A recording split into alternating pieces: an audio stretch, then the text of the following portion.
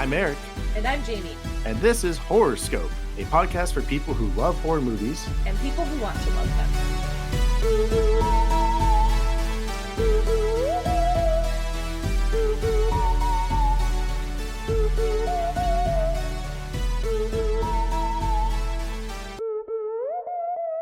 Happy 10th anniversary! 10th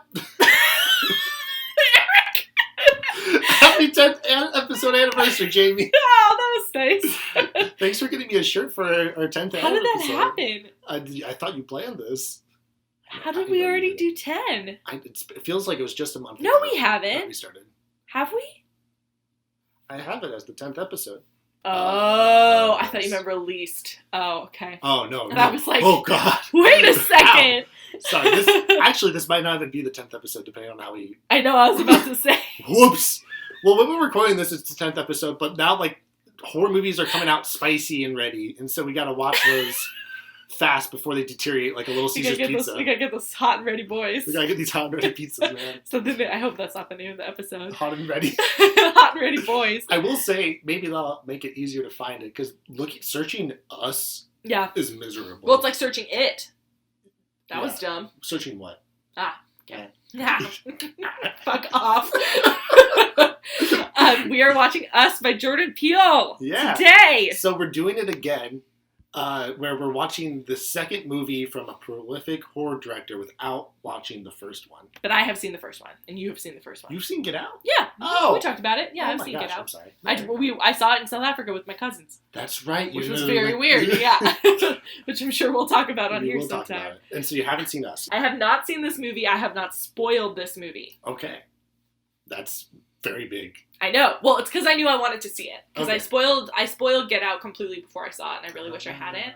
Yeah. I know I read a little bit of the Reddit threads when this came out. I peeked at them. But not. Yeah, I know there are clones. I know they're clones, so that's I guess one reveal. I know there's a bunch of weird rabbits. I know there's some scissors. There's a government thing. I'm guessing Elizabeth Moss is in it. Ooh. That's all I know. Scientology. Ooh. Elizabeth Moss is a Scientologist. Yeah.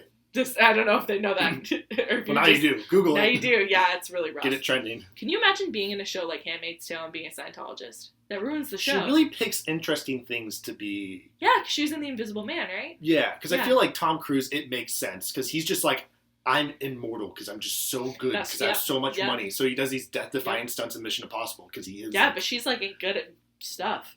Yeah, she gives it. She's the best part of Invisible Man. Yeah, I believe She's saying a lot because that movie is pretty good. Okay. I guess we can watch it. Even though I solved it in one go. What was... Bag of flour! Oh. I said it before, I'll say it again. Bag of flour! On you all the time? Yeah, you probably do. I'll get it. Pocket sand. Pocket flour. Bah! You never know. Achoo! Oh, look, pocket sand everywhere. Look, I bake.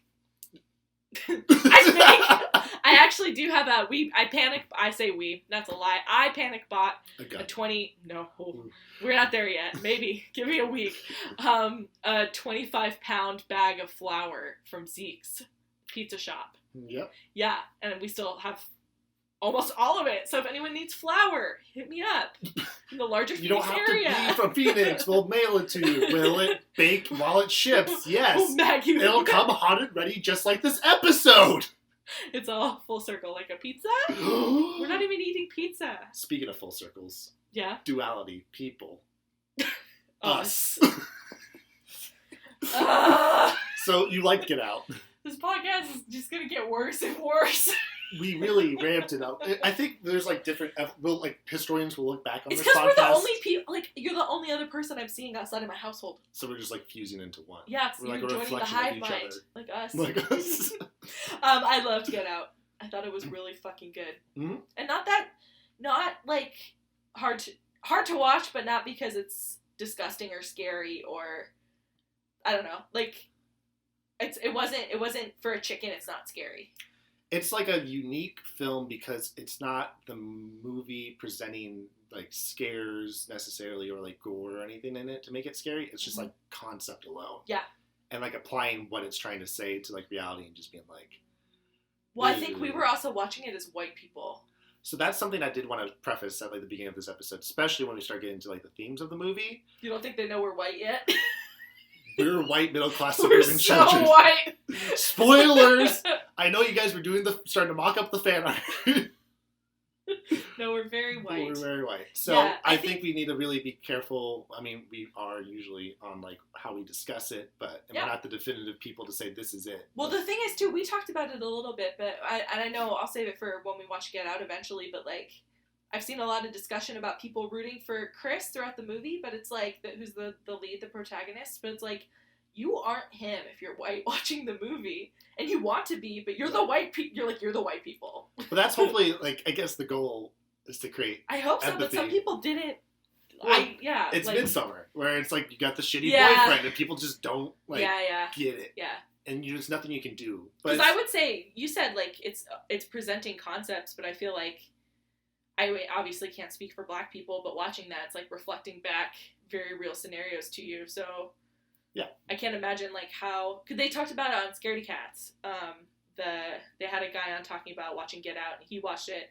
It was him, his husband, and then their white friends who were a couple. They saw Get Out together, and they're like, we're about to have a very different experience in this movie theater right now. Mm-hmm.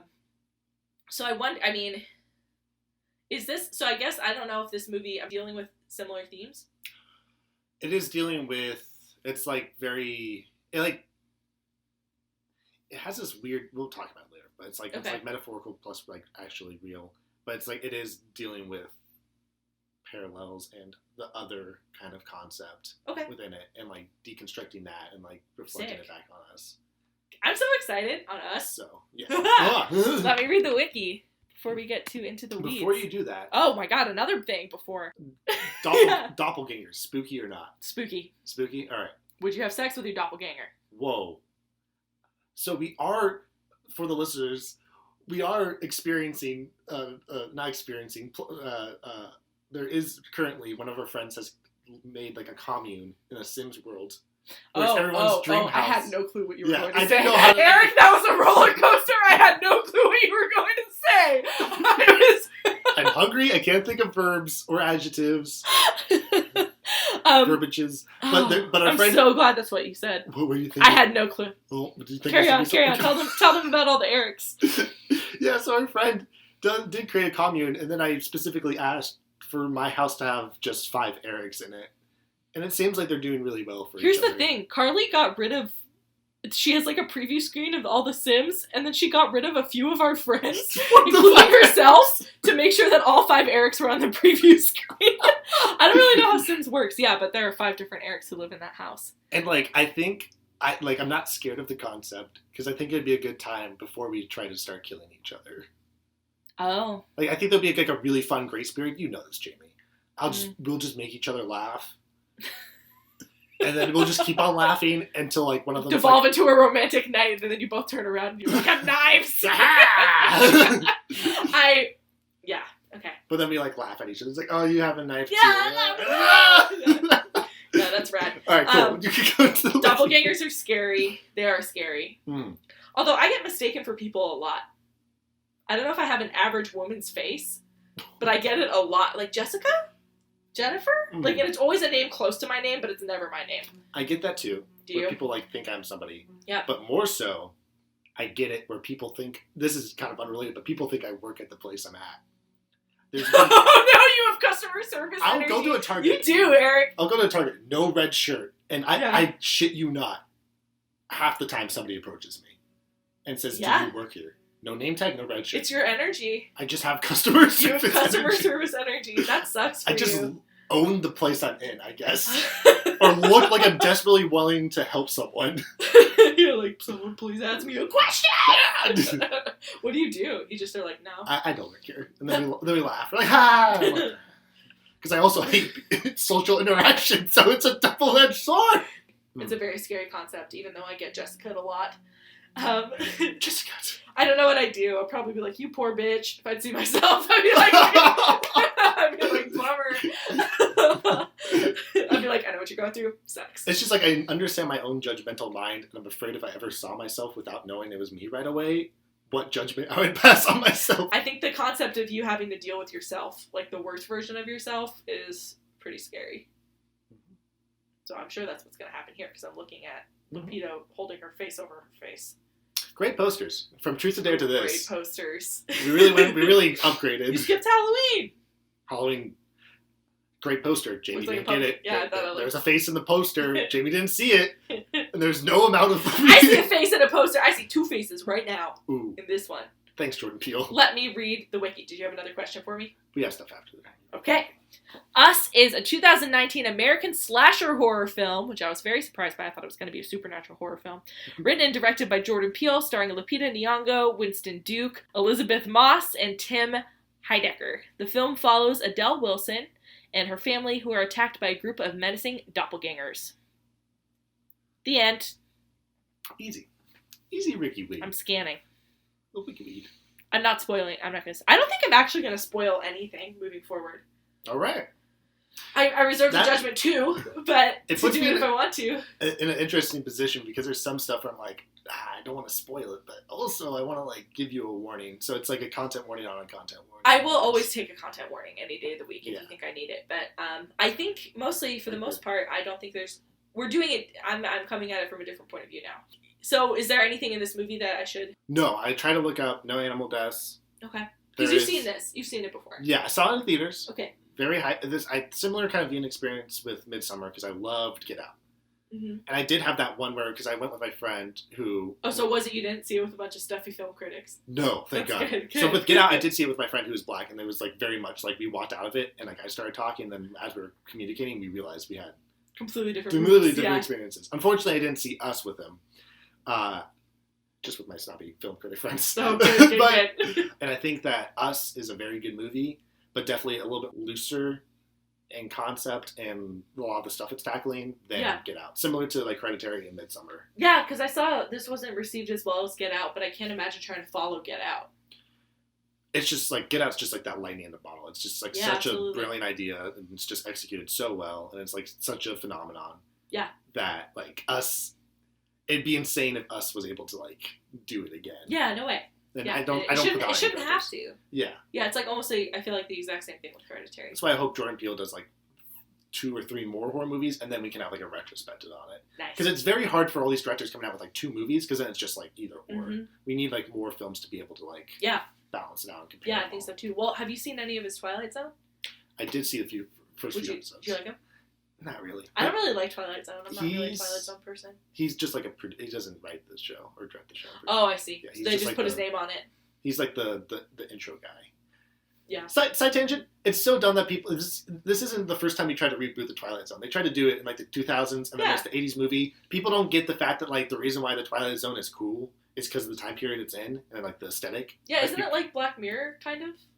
Isn't Black Mirror like modern Twilight Zone? Yeah, pretty much Black Mirror fills in that gap of what we need for a Twilight Zone. Yeah. But people are like, oh, people love Twilight Zone. We gotta do it. It's like, but it doesn't work because we don't live in the 50s anymore. What? Tell that to the government, am I right? You didn't like that?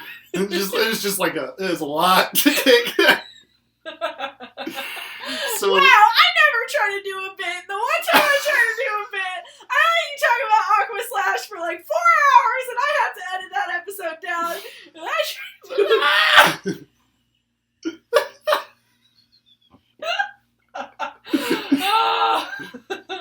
God, we're falling apart like the government. Boo! Okay, tell me more about Jordan Peele. Mad TV he was a comedy guy. Yeah. Also, something I don't think we talked about is that comedy and horror are very similar. Okay. It's a setup and a payoff, right? Yeah. A joke, you set up the joke, pay it off. Horror movie, you set up like a spooky thing, pay it off. Really makes you think. Yeah. So it's like people were like, oh, because I remember when Get Out was announced, it was like, wait, Jordan Peele's doing a horror movie? And it's like, oh, it's this kind of, okay, that's, I don't know. And then it came out. It's like, oh, duh, it makes sense. I heard about him first through Get Out. Oh, wow. All right. Well, I just didn't know who he was. Hmm? Yeah. You're lucky. That TV's not great. Ooh, okay. But so he made Get Out, but then people were like, wow, what a great psychological like thriller movie. And like, what a great thriller. What a great like commentary piece. What a great drama. And he's like, I wanted to make a horror movie. That's supposed to be a horror movie. It is a horror movie. But people weren't saying it was a horror movie. Yeah. And he was hurt well, by it's because they wanted it to be good. In air quotes, I say that. Yes, they wanted to be a film. Yeah, didn't it? It won something, didn't it? Yeah, it did win an Oscar. I forget. We'll talk about that on the Get Out episode. We're on the Us episode right now. Oh, right. Forgot.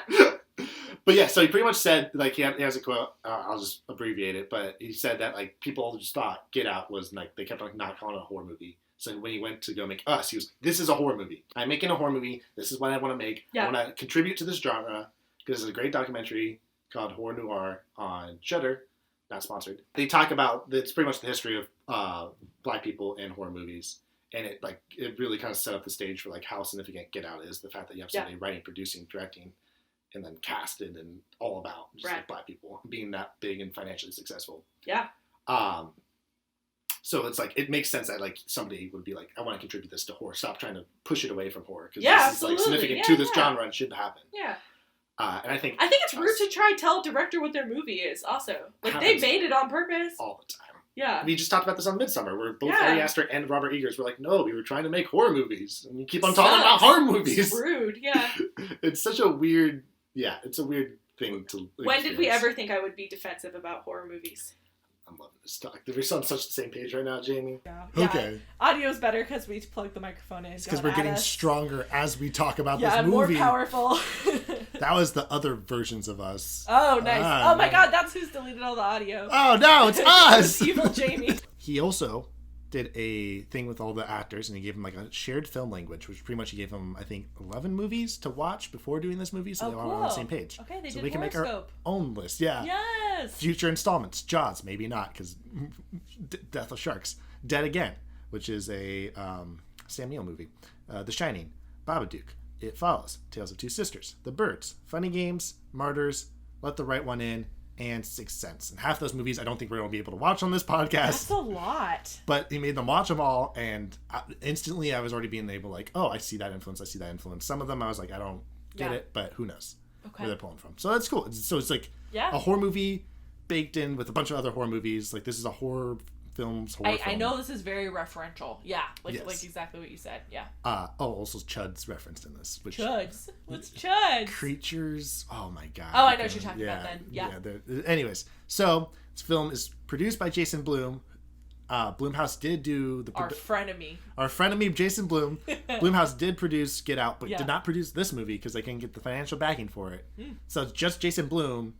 And it's also through Universal, which does a deal with Blumhouse. And it's Jordan Peele's company, Monkey Paw. I thought it was just started for Get Out, but it actually was around, they started for Key and Peele. And then they did their comedy movie, Keanu, Get Out, Us, Black Klansman, and then the new Candyman movie that's coming out. Oh my God, I'm so excited. I don't know if excited is the right word. Anticipatory. I'm excited. Yeah. Between Candyman and Lovecraft Country that he's producing, it's the TV show. Mm-hmm. I like what he's doing. I think this movie deals with this too, of like reappropriating kind of problematic past. Like I really like the idea of like Lovecraft Country, where it's pretty much taking a racist man's creations, taking what people love about that, and reappropriating it to the culture that he was trying to work against. This is sounding like a Hamilton argument.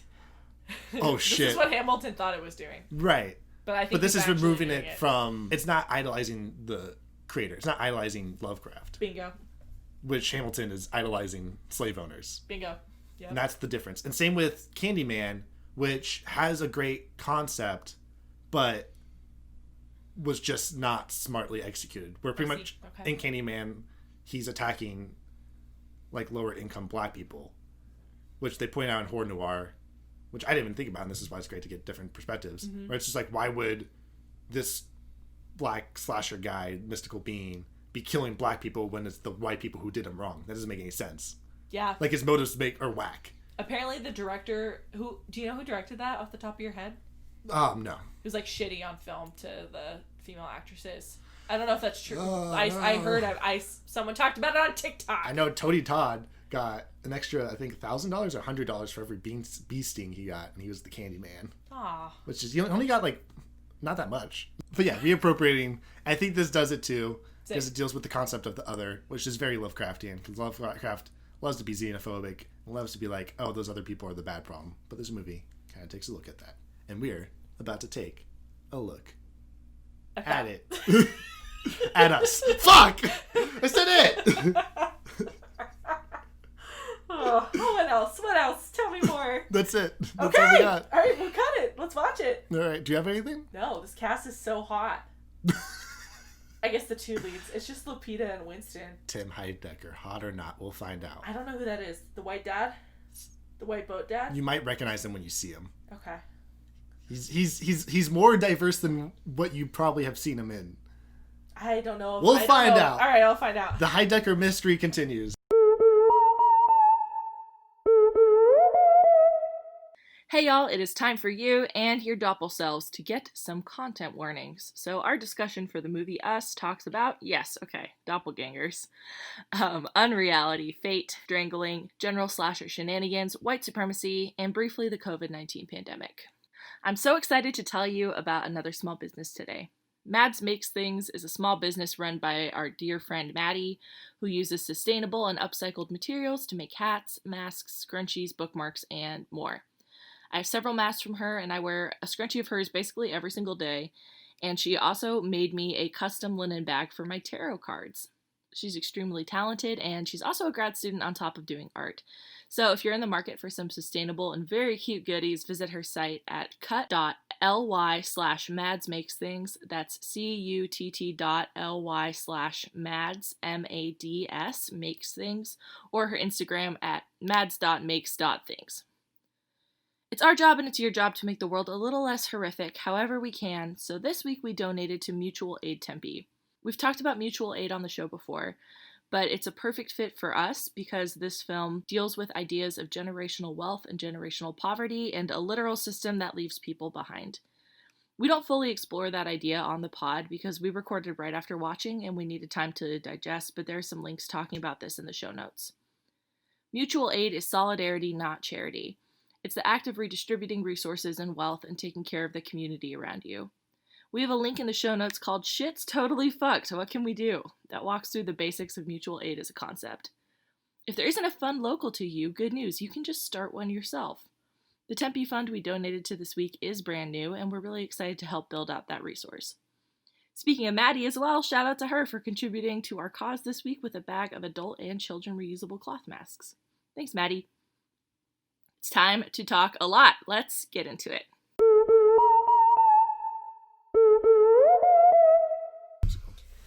That is...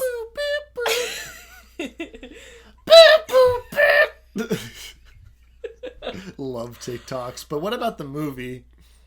It was so good. Did you think I was going to do a voice? I thought you were going to... so good. It was so good. Wow. This movie was so good. All right. It was so good. Oh, bad audio. It was so good. Okay, I have to recap it while it's fresh.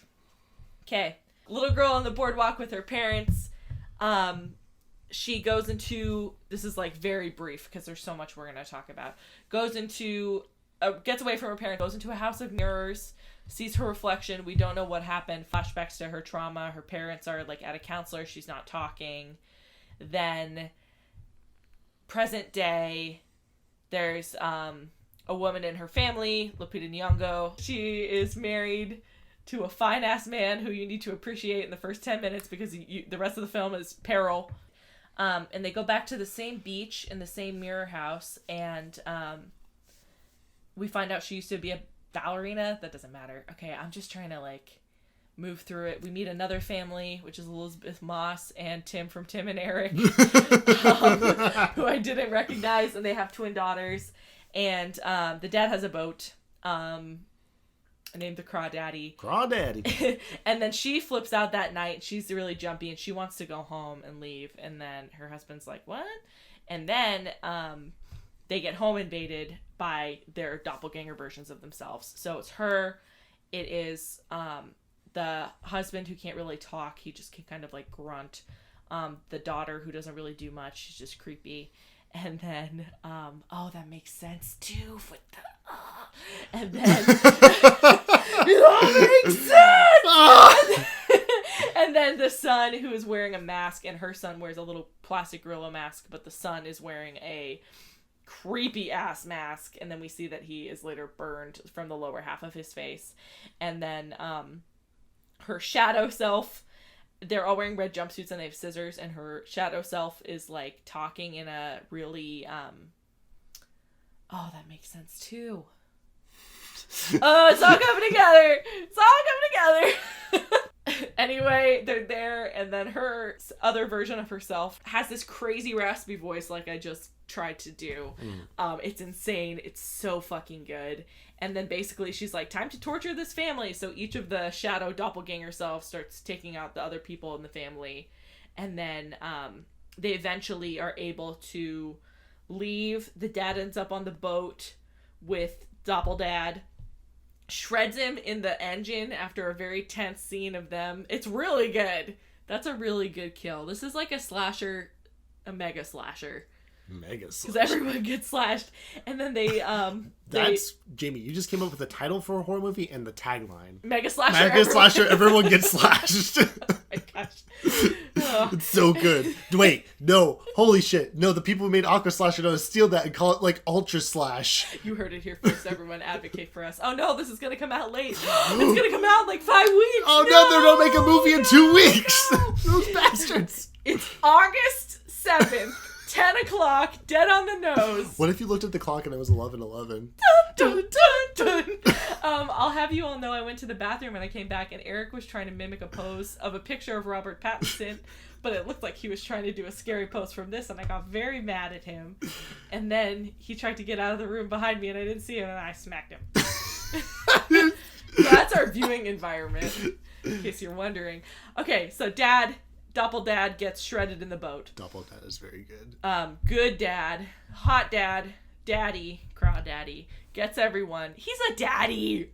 Come on, that guy. Okay, so he gets everyone in the boat. I've never heard somebody say daddy in the most like He's a daddy.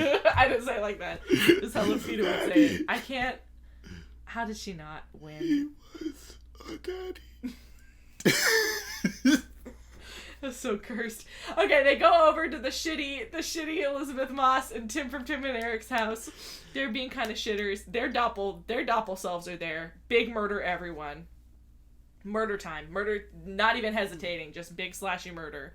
But that makes sense later too, because I was like, why did theirs kill them so quickly and the other ones didn't? But that all makes sense. And then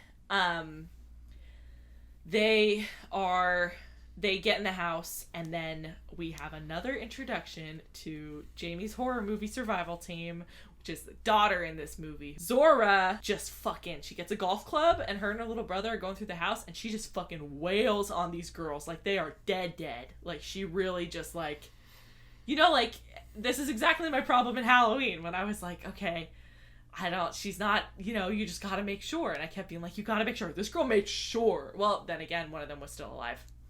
But she was like, the one that fell over the balcony. Like, should be dead. The one that she took care of. Just went in with a golf club. So she makes the list. She's wonderful. She'll come back later and do great.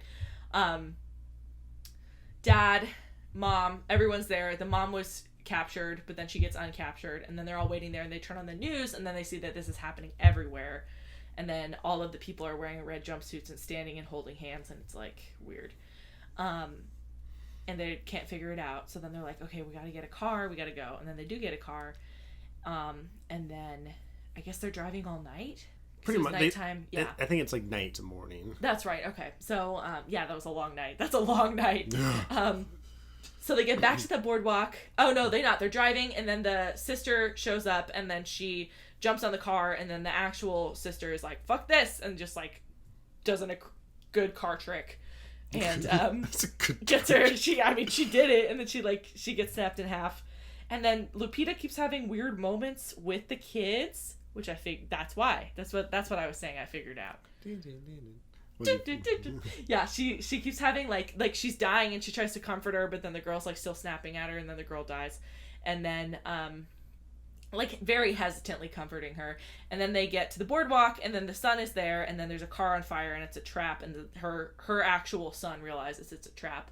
So then they all get out of the car, and then the doppel son was mirroring her actual son when they were interacting. So real son walks backwards, and then doppel son walks backwards into the fire and lights himself on fire. And Lupita's like not happy about that. fuck. Then what? Oh, the son goes missing. Son goes missing. Her son is gone. Dad's leg got bashed in, so he and the daughter are in an ambulance. And then Lupita has to go back into the Hall of Mirrors, and so she does. And then she sorts her way through, and then she finds a secret tunnel. And then she goes... Secret tunnel. I was gonna let it go. Are you trying to do like a minor key version? Creepy version? Tunnel. That's just lower. What's a minor key? I'm not a musician, Jamie. It's like a creepy sound. Secret tunnel. Okay, that's Eric's shadow self. You can't tell me you wouldn't be terrified if I showed up and was like, ew. I would love that. That's every day I see. That's every time I see you. It is true. When we listen back to the podcast, it's you talking and then me going, yeah. Sometimes. So she goes into the tunnels. She's going down, and she is in like a maintenance tunnel, and then she finds another like escalator down. She has a fire poker from her house that she's kept, and then she ends up in, it looks like an abandoned mall. It's like weird aesthetic hallways, and there's rabbits everywhere. There were rabbits in the opening credits. There's just rabbits just chilling out on the floor. How many rabbits? Roughly 100, at least 100 rabbits. We were watching the opening credits. I was like, that's at least 100. And then she finds Shadow Self, and her and Shadow Self. So like, she explains the people underneath are acting out what's happening above. So then there's like a really fucked up scene where you see when she's a kid, it's people on the roller coaster, but they're just standing like screaming in place, convulsing like you would on a roller coaster, and they're all just like acting it out. And then you get the narration from Lupita that she believes that it's like a government experiment to use people like puppets, but then they gave up and everyone went crazy. But that's like not confirmed. There's no one like in charge of what's going on down there, because they had free will the whole time. Then they free will decide to do this. But anyway, so they have a crazy fight, and Shadow Lupita's like dodging all of her fights, and then it's intercut with them doing ballet, and then she says that Shadow Lupita says that Shadow Lupita is such a fucking dope name.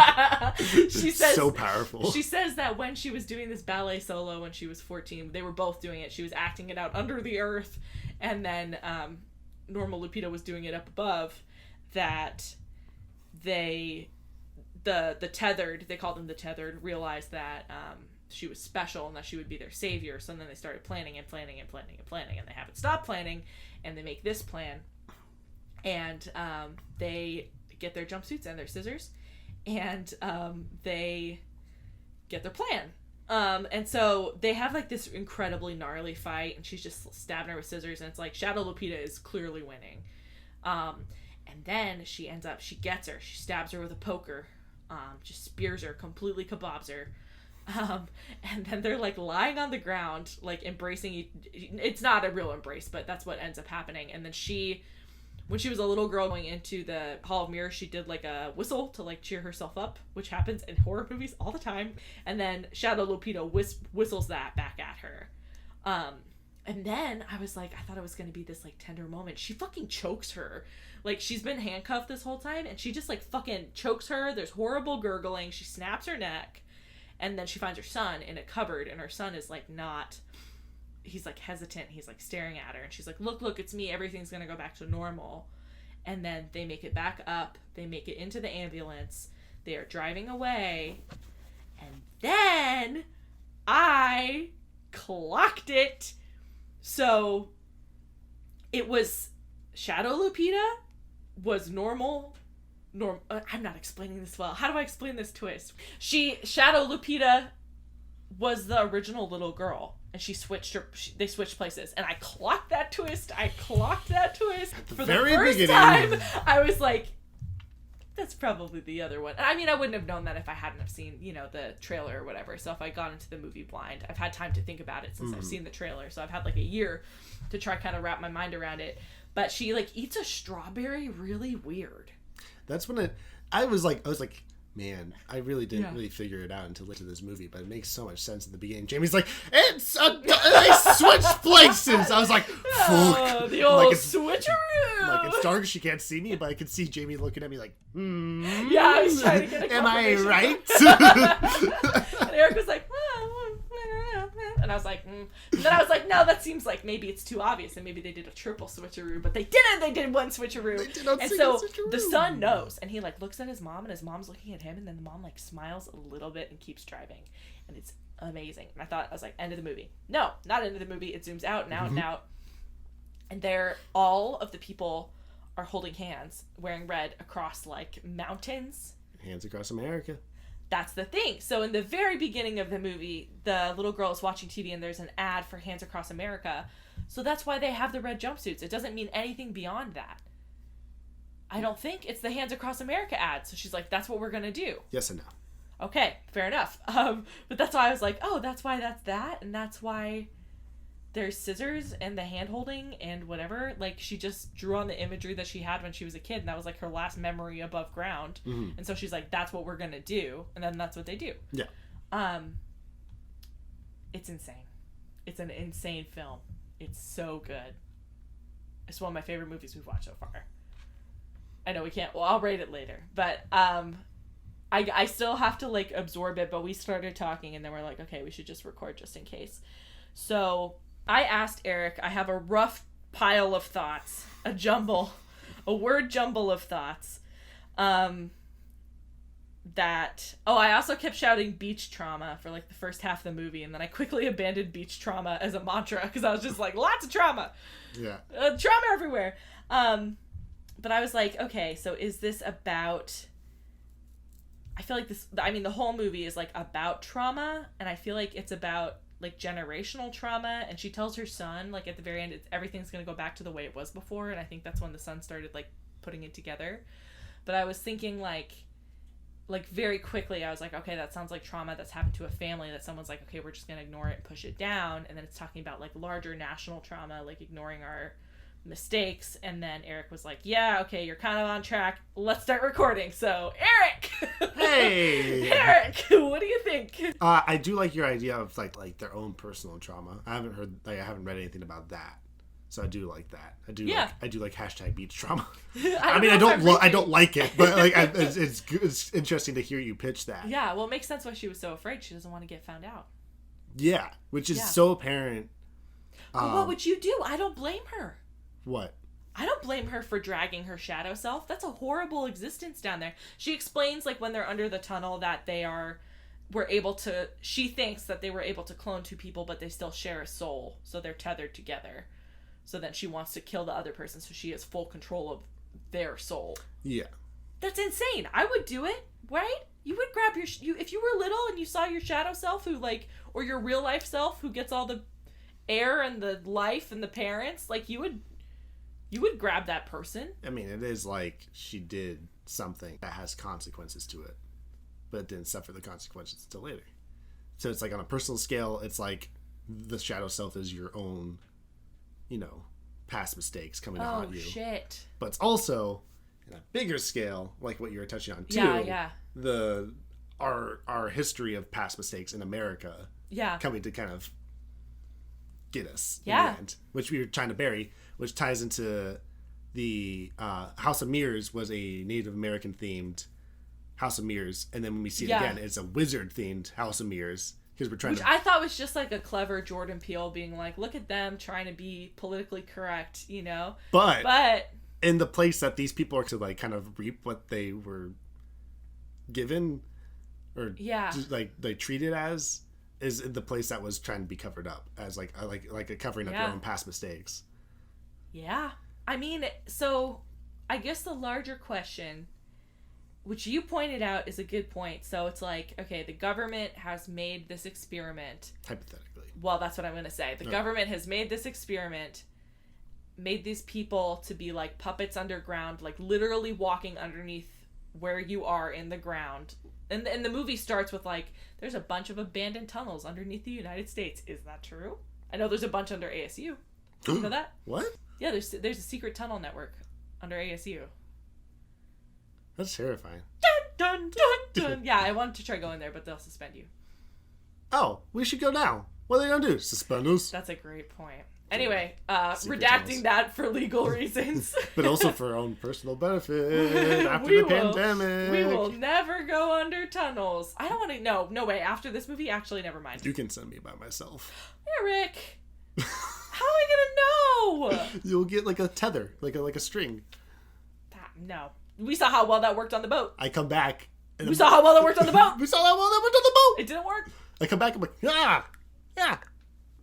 And you'd be like, yeah, that's Eric. That's going to make for really good podcast audio. Insinuate what you thought I did there. Insert comic bit. Okay, so you think it's the government that did this, but you tell me what you told me.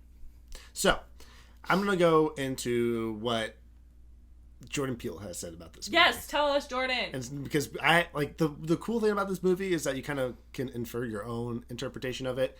But what he was talking about mostly is the fear of the other, which I think kind of deals within the reappropriation that he has kind of set his career path on, and the sense that a lot of older horror stories, the other always references like voodoo and black culture and foreign culture, because that's the other. You don't know even if it's not like mummies. Intentionally doing that. It is, yeah. It's villainizing another person's culture, or even just like darkness as a concept. Yeah, it's like the black one or whatever, like that happens in Lord of the Midsummer. Rings and whatnot. Yeah. So he's kind of taking that, and then and this movie's interesting because it's not. It's like. It's still, the villain of the movie is still the other, but the other is us. Whoa. Roll credits. So that's what he was talking about too, where I think that's where the movie's trying to get at, is that like we're afraid of this other, but the other that's attacking us is ourselves. So it's like the Do you mean that in the way that we're all humans? I think, because this is where he talks about the reflection back on ourselves and our own fears, because it's I think doing a few things simultaneously. It is the main thing I think it's doing is that it's treating the other, and it's showing you that the other is still like you. So we're afraid of this other culture, but that other culture is just more people. Because the person you've been sympathizing with the whole film is actually the person we've been led to believe is evil the whole time. Yeah, and so we see this person who is the evil villain of this movie, but is ultimately the victim. Yeah. And is trying to demonstrate a protest, pretty much. I think they're all victims. Yes. Like, they're all, I don't blame them. I don't blame the tethered. If my Doppelgänger was coming after me, I'd be like, I kind of hate you, but I get it. Go, And this is kind of where it comes past the point. Oh my God, I'm just thinking of how my Doppelgänger is just sitting watching TikToks, but she doesn't have TikToks. She's just watching a wall! She's just staring at her hand! Oh, that's so sad. I'm just thinking of all the time she's like, you're wasting so much time up there! And I'm just like, refreshing TikTok. Oh. But I think this is where it takes it past what the movie was intending, because how would they know? But like in like current times of like a suppressed group of people kind of getting fed up and having to become louder and louder and more vocal in certain aspects in order to get their voice heard. Yeah. Which is kind of what this movie was doing in the extreme of. These people were suppressed. Is that what you were worried about? What? That theory? Was that your theory you were worried about? No. Okay. No. I think that's pretty clear, yeah. Yeah. So that's tied to the other, which also ties into the other theories, which is pretty much the same thing, which is minorities and the marginalization of people. Yeah. Which is has been pitched. It's always those people, like the way that we talk now. Not we, but like the way that people talk now about, protests and stuff. It's always, if those people stop doing that, then, But it's like, who are those people? Those are people. Like, it's not those people, it's just people. I mean, and it's just like, I think it's like such a interesting way to kind of conceive that concept, because it's like distance us, or these tethered people, they're trying to distance us from them by making them look weird. Yeah. But then also at the same time, making them the same characters, because it's how I think a lot of people have viewed the other, have viewed other cultures, stuff like that. They look slightly different. They sound different, so therefore they're the enemy. Yeah. They're weird. We don't like them. Everyone crushed it in this movie also, having to play two characters. crushed it. Oh yeah, you don't even think for a second. Amazing. Yeah. Yeah. And I think that's kid part, but also written by Jordan Peele. Oh yeah. I was saying like how it would be so disheartening for the makeup artist to be like, okay, we're gonna make you look ugly and crazy, and then they show you exactly how to make you look like creepy. And like this is still you, and then you're like, oh. Like Lupita looks like two different people. She really does. It's her eyes. Her fucking eyes are crazy in this movie the whole time. I feel like Jordan Peele is the master of like the wide eye one track tier. Yeah. Because she's making the exact same face Chris is making in Get Out when he's in the sunken place. And I know that's not the... It's just the shot. It's like a very similar shot that I think he likes. Mm-hmm. But I was just like, oh, well... And Lupita, there's the scene where she's choking out her other self. Oh my God. And she like kind of cried. It was sad. Bites at the air when she's doing it, which I think is like showing her underlying... Well, I was wondering that too, because she starts making noises like them. Yeah. When I thought that was just like, oh, she's, like submitting to becoming like them. Like she's meeting them at their level, but it's like, no, the mask is slipping. Yeah, because she does this. There's a little bit of a slip too when she's killing the daughter. The son saw that. The son saw her. That helps. Yeah, the son saw her killing someone. She started making noises, and then she's like, okay, great, let's go. And he's like, And it's like kind of dealing because Man, this movie's starting to make more sense as I talk about it. This is great. Because I always thought the twist was weird, but it makes sense too because it's her trying to cover up her own past. It's her trying to hide that mask, start a family as perfect as she can, forgetting about this trauma, which is one way to look at it, and also about her mistakes in the past, which is like a larger focus of the movie. And it's just like no matter what you do, once the tough gets going, the going gets tough. It's like I know we haven't watched It Follows yet, but it's like. It's dooming someone to what you were doomed to.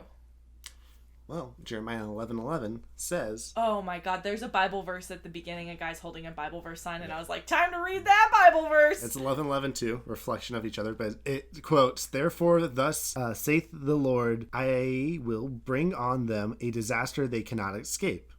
Although they cry out to me, I will not listen to them." So Sucks. ties into that inevitability that sucks. Sucks. Something you have to face yeah. no matter what happens. You eventually have to face your past. That's what making the conscious choice. So I thought we talked about what I'm most scared of last week. Incorrect. I'm most scared of this. So it's like you have to make the conscious choice to doom someone to the fate that you suffered, and you choose to do that. Yeah. And then how do you live the rest of your life doing that? Yes. Which brings me to my theory. Oh my God. Okay. This is Eric's theory. Might get cut. So I've been reading a lot of books. Yeah. An idea that I have been reading about is a simulation and a simulationist, where it's how do you, as a minority, how do you get ahead in a white person world and like white supremacy when it's raining? And that's by becoming kind of joining the white society and leaving your own past. Yeah, it's like code switching. Have you seen that term? No. It's like the way that you talk, like commonly used for like AAV, like switching into white person vernacular, and I'm doing that in air quotes. But like changing the way you speak to sound white. Which I haven't seen Sorry to Bother You, but I know it grapples with that kind of... That movie dives way into that, of just like sacrificing your own voice to become white, to become successful in this environment. Yeah. And I think this movie dives into that. I did watch an interview that kind of triggered this, where Jordan Peele was talking about his own privilege that he's had in his life, about how he's been able to be successful in life and how he grew up middle class and how he's able to acclimate into these kind of certain demographics. And then that kind of triggered him thinking about this, and I think that's what is in this movie too, is about like what have you sacrificed in order to get ahead in like a white person's society, and what have you buried below? Because that's why, because like when you're talking about forgetting the past and like suppressing that, when we watch it, like as white people, we're like, oh, they're talking about all the shitty stuff we've done, but we're not watching the white people. Although there is a white family in this movie, we're watching a black family kind of go through this experience. Yeah. And I think there are some elements to what they are doing in the movie, where they're hanging out with this white family, and she's kind of just like trying to interact with Elizabeth Moss. Oh my god, Elizabeth Moss is like, I think it's vodka or clock. And then she's like, yeah, Lupita's like, yeah, I think I peaked when I was 14. She's like, oh, didn't we all? And I'm like, girl, what? Right. And she's just trying to go along with it. Yeah. I think you're right on the money with that. Actually. Sweet. Yeah. Not actually like, I can't believe Eric figured it out, but like I know you were. Jordan Peele is knocking everything off his desk. He's like, damn it. They did it. Yeah, I think that's right on the money, because I think it's worth thinking about more. When did you start thinking about that? When you were doing research for the movie? Yeah, because I've been reading a lot recently, and so all these terms and stuff are just floating in my head. And then when I was like reading about it, it came up with that interview when he was talking about the privilege he has, which is, I think, shows like a lot of. I think Jordan Peele's a very smart person, and it just shows how much thought he is putting into his own life and then putting that into his work, and that's why he's able to tell these stories so well. Yeah, is that he is going through the first level of just like going through like, okay, marginalized people, let's do this thing, but then he's like a master storyteller. Yeah, he's wicked smart. Because I think a lot of the stuff he does could be like, people could think it's heavy-handed or whatever, but it's just like, and like so deft. Like he's just like. We can talk about it when we start talking about like what we liked and didn't like about it. Yeah. But I remember after seeing this movie, and like you saw that a lot of people didn't have like as strong as a positive reaction to it. I'm baffled by that. It's because people don't, because like this is where I love this movie, is what we're doing right now, is talking about like the themes of it. Yeah. But I think what happened that a lot of people got caught up in is the kind of like the literal storytelling of like, okay, how does this world exist underneath our ground, and how do we not know about this, and how do all these people have red jumpsuits? That's so stupid. And like just like taking it so literally. And you know how literal I am, but that's like, grow up. Like grow up. Like get over it. Yeah. Fuck me. How do we okay. And I think that's more like, I guess if you're comparing it to Get Out is more compact in that it is all in like one location for the most part. So I guess the logistics are easier. Like that all literally could happen if brain surgery could be done in that way, you know? So shit, let's just talk about it. Let's just talk about it now. We're talking about it. We're digging in there. Okay. Let's just talk about it now. So this movie, how is this received? So this movie has generally positive reviews. Should. I think it's one of the highest rated movies on I don't want to bring up Rotten Tomatoes. We haven't done it yet, and I won't. Cut it, Jamie. Because fuck Rotten Tomatoes. Okay. But it had positive responses, but it did have some sort of, it wasn't as strong as Get Out, which we talked about. Yeah. And what I was just saying too, I think a lot of people had a lot of holdups in it because it isn't as tight of a movie, and it's not as literal of a movie. Yeah. It kind of struggles, I do think struggles with how thematic it wants to be and how literal it wants to be. Because it is proposing these characters. Because there are horror movies where they propose a creature or idea, and you never know if that creature or idea is completely real or if it is just kind of the theme of the movie. This was very real. But this movie is like, no, these things are real and they're happening. I mentioned too, Eric laughed at me, but like, okay, so I got my tires slashed earlier this year before the Rona times. And up until that point, that was very scary to me because I was like, who is targeting me in my neighborhood? Turns out everyone in my neighborhood got their tires slashed. And I was like, that's less scary, because like you think it's just one family coming after these people, but it's like, no, everyone's coming after everybody, and that would make me feel better. I'd be like, okay, we're all fucked. Let's think about though, everyone in that line in the Hands Across America, they don't get into the line until they killed their other self. Yeah, I was wondering what society's going to be like after that. You know, who's going to run the telephone poles? Who's going to run electricity? They don't know how to do any of that. They just know how to move their arms in the motion. Yeah. You know? They'll figure it out. Taking it too literally. I know. I mean, I just thinking about that now. I think people like don't understand or don't want. I mean, I get it. I can watch a movie and criticize it, and then I can watch a movie and not criticize it, and both having similar errors. Yeah. But it just goes to show if that movie clicked with you and if that movie's good or not. Yeah. And I think this movie, I allow like fantastic realism to take place. Like, because people took the whole government thing as like fact. They're like, okay, the government made these people. Like, that's crazy. It's all underneath us. It's like, no, this person isn't from this world, says before she explains everything, I believe, and then goes through her she says like, God took us together. And she grew up in like you know, Reagan America, where it's like, of course she believes the government probably was fucking with everyone and caused all this to happen. I love that about the movie, is that it's ambiguous. There's like rabbits are used in lab testing, there's people, but it's like It's the 5 Erics left in the Sims house. Just to see what happens. I like the idea of them being... I don't like it, but I'm very intrigued by the idea of, like, the government making this and then just abandoning them there to fucking die? And they just don't? Being like, good luck. They just continue and thrive? Well, if that's what thriving... I don't want to thrive. Or, like, it's a act of God and God has left them. It's like, we are all God's children and he has left us in a locked car. Yeah. Have you heard that before? No. It's like a meme. But I like it. Fuck. Yeah, I like that a lot. And it's the idea of like fate again. It's like fate. This is just how it is. Mm-hmm. It was always going to happen. You were always going to meet. You were always going to swap. Like you were fated to be. She was even speaking in that way. She's like, I was fated to come take my place back from you. Yeah, and it's interesting too.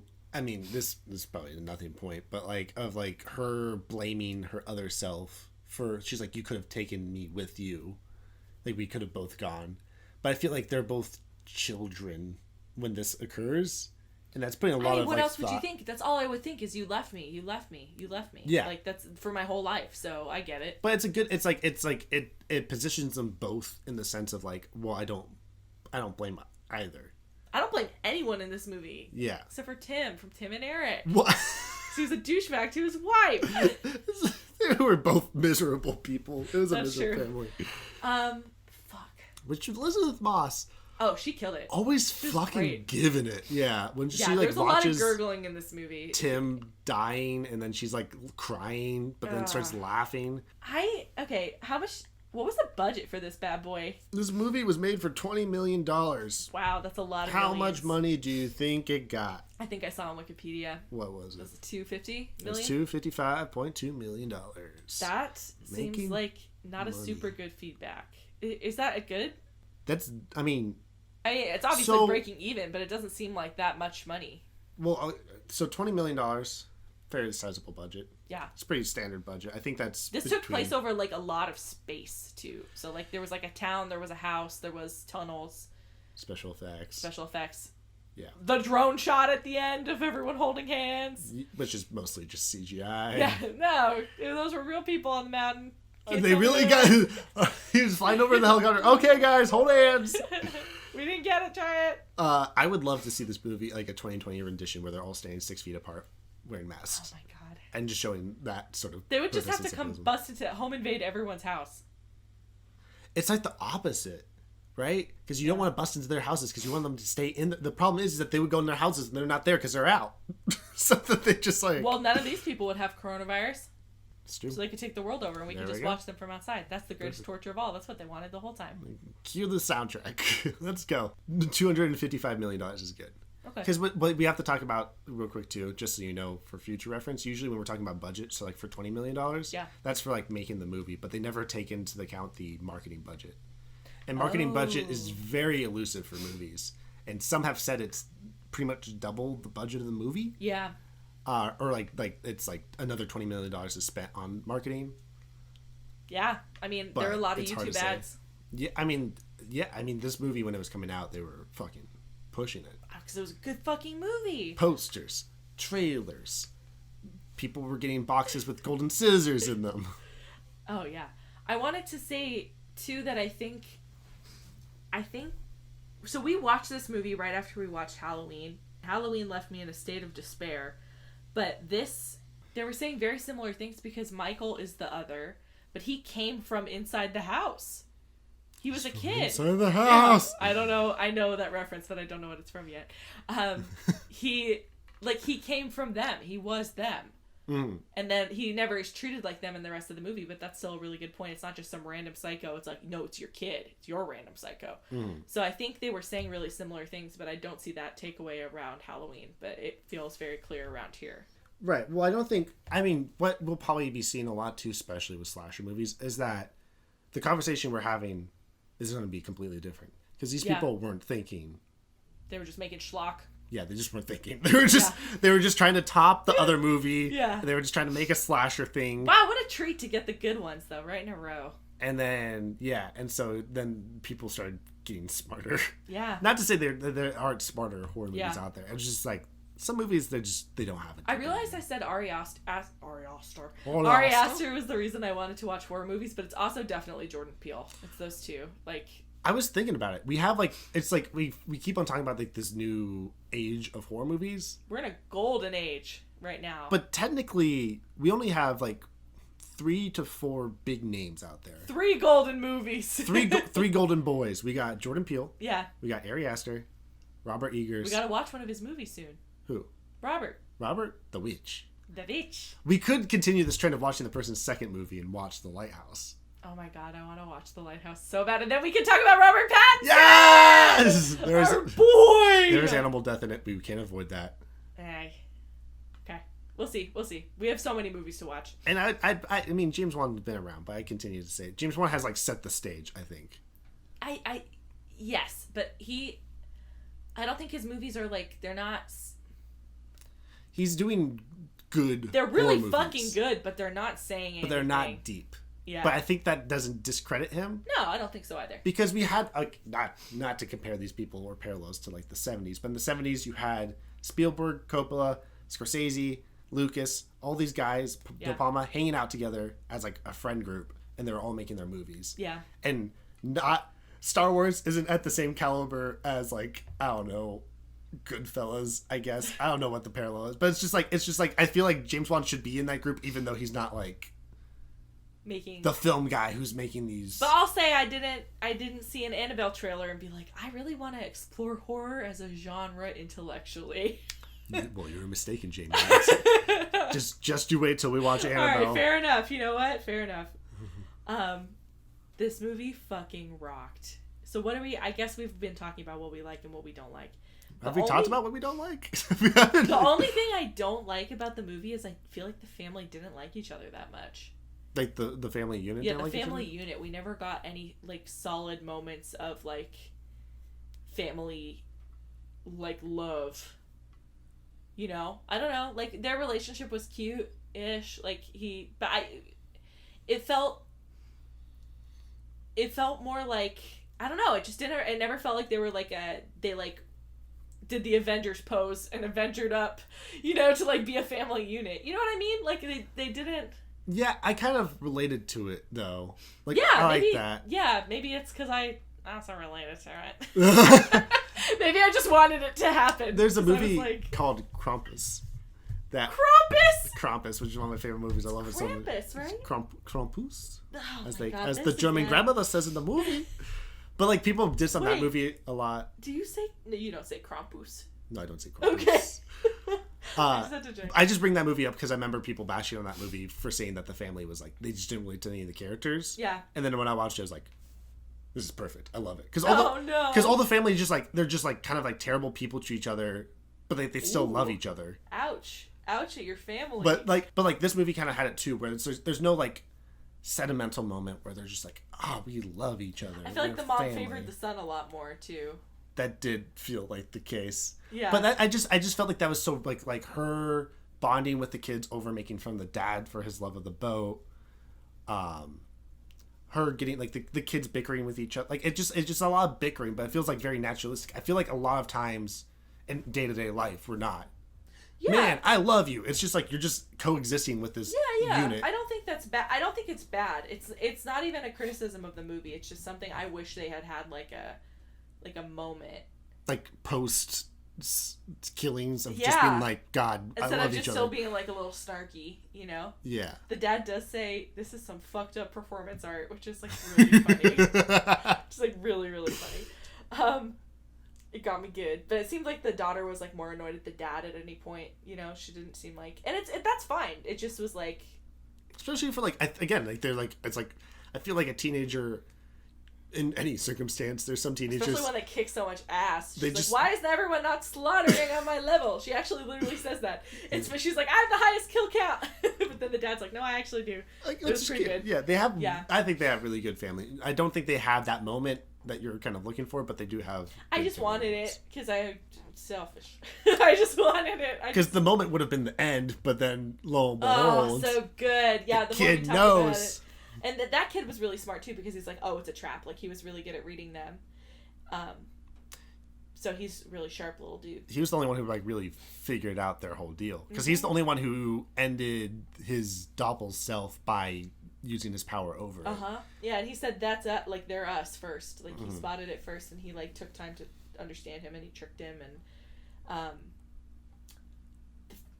think the most fucked up part was her talking about the horrible life she's had to live underneath Doppelmom, and like having the kids and having to like she had a C-section with her second kid with the son, and she's like, I had to do it by myself. What the fuck? That's where okay, the literal zone. Yeah. Like that's where I got confused. Where it's because the tethered are reflecting us, but when they switched roles, she started reflecting her. The shadow became the main, and the main became the shadow. Yeah. Where it should have remained, but it didn't. Well, I think that speaks to, like, it's not real. Yeah. It's, like, all decided. Like, it's all, like, maybe it's saying, like, how much you buy into your fate is what power fate has over you. Because they all walked away. They all could have walked away the whole time. You know, and they finally, like, plan their uprising and their plan. They all could have stopped whenever, but they just don't. Yeah. So, like, maybe she just was like, okay, I guess I have to. You know? Yeah. Because it's like the tethered, like, you sympathize with them, but you never, I don't know, you never fully believe in their execution necessarily. Because, I mean, their execution is... I bought it. I loved it. We walk up, we kill ourselves, and then we hold hands. Even if we go into the ocean and drown. It was rad. I loved it. I loved it. I love that whole sequence under the tunnels. It was fucked. Loved that. I love this movie. It was so good. That was like my one. Okay, so things you didn't like are more literal stuff like that if you start picking at it, right? Yeah, I mean, I give this movie a lot of credit, and I try not to, but I mean, it's. I do think it is hard at some points to be like, it's just a fantasy, Eric. It's not literal. I was delighted. And I do think the second time I watched it was better. And this is insane, Jamie. Again, you duped me. You did it.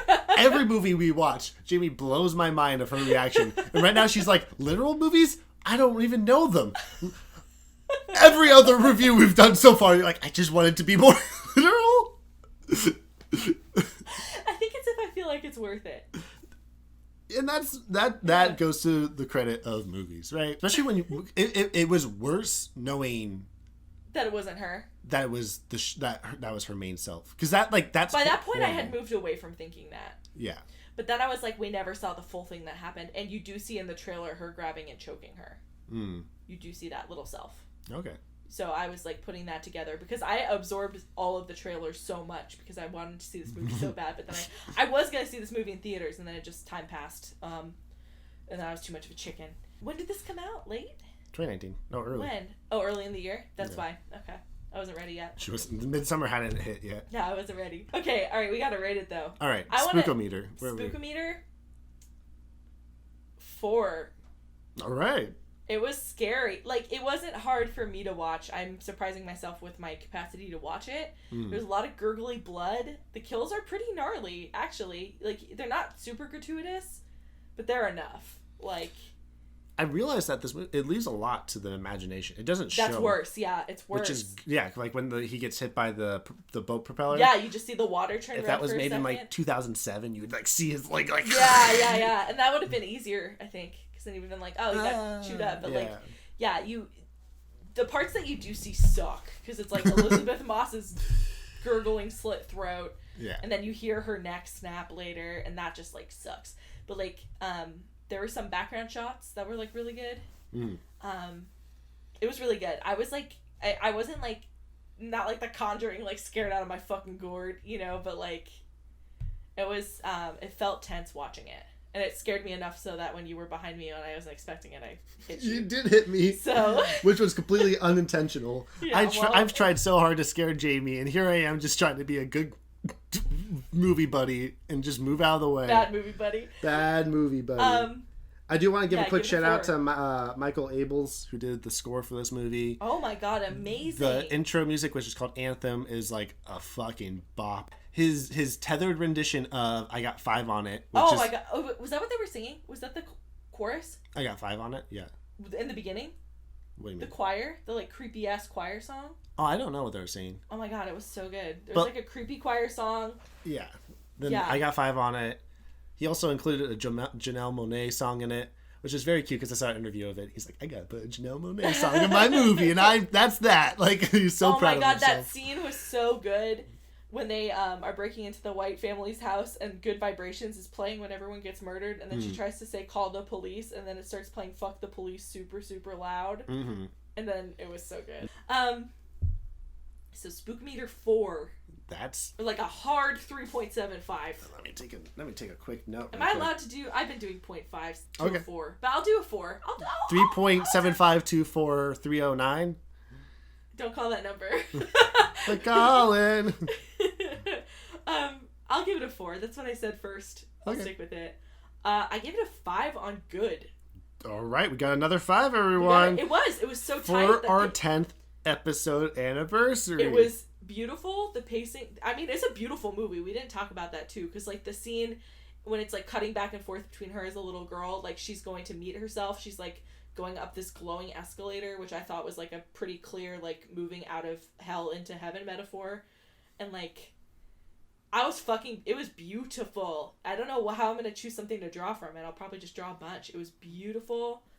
Score was amazing. The pacing was like fucking good. It just like got at it, you know? It wasn't long. This movie's like an hour and 30 minutes. Nope, it's 2 hours and 1 minute. This movie's 2 hours? It breezes by. See, it felt like... I would say, too, if anybody's seen this movie, it's definitely worth watching a second viewing. I think I enjoyed it more watching. Because, again, we have the point of when I saw it, I was comparing it to Get Out. Yeah. And then, 2, I mean, once you know that twist ending, it changes the whole movie. And when you're watching the movie, it's it's weirdly a lot tighter the second time you watch it. I feel like the first time it feels a little disjointed. Because like, I remember the way it was pitched, it was pretty much like a home invasion movie. But then suddenly it's a home invasion movie, but then you move to a second location, and then all of a sudden becomes this huge, widespread zombie pandemic thing. And you're like, wait, what type of movie am I watching again? Oh my god, I love that. But here we are, and Jamie loves it right off the bat. Before we go, I want to leave you with a quote. Is it from the Bible? It is from the Bible. Oh no, really? It is she stabby stabbed? Oh, she snapped. Try to figure her out. Jamie watching a dead girl in the tree. I have to bleep my last name out again. Oh, so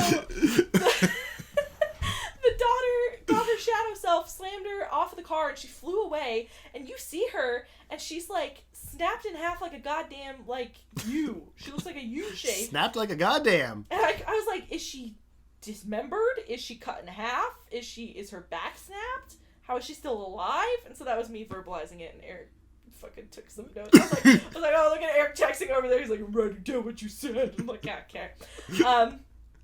Eric, just so the listeners know, if they see you and they're not sure if it's you or not, and you're wearing a red jumpsuit, what should they do? How do they figure it out? Ooh.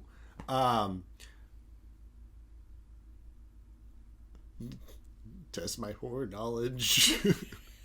Put me to the. They don't know you. Get me in jeopardy, baby. What if you get it wrong and they kill you? Then I don't deserve to live if I can. Oh wow, Jamie, spoken like a true Capricorn. Same question. Also, would you have sex with your doppelganger? Yes, and. Yes to what? No further questions. That's an off-topic question. The Chris Christie line. No, that's an off-topic. Because I don't want to. Yes, I would have sex with my doppelganger self. We discussed this extensively after we stopped recording. Extensively sounds gratuitous. We talked through it. The answer is yes. And they should ask me, what's like a podcast tidbit? This is where like I get scared. I don't know if you have this internal fear, but I do when I ever make a new we're giving the doppelgangers instructions. Wow, literally that sentence was so terrifying because for a brief second I'm like, they're real! What about if they're listening? Oh no! What if the actual Target employee that everyone thinks you are, and then some girl named Jennifer who's actual me are the like, Target excellent. Yeah, because he'd be wearing red. So of course he works at Target.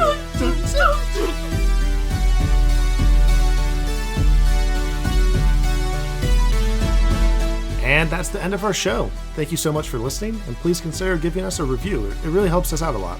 You can also follow us on Instagram at HorrorscopePod with 1D, and at Twitter on HorrorscopePod with 2Ds. Your horoscope for the day is: always check your mirrors to make sure they are windows.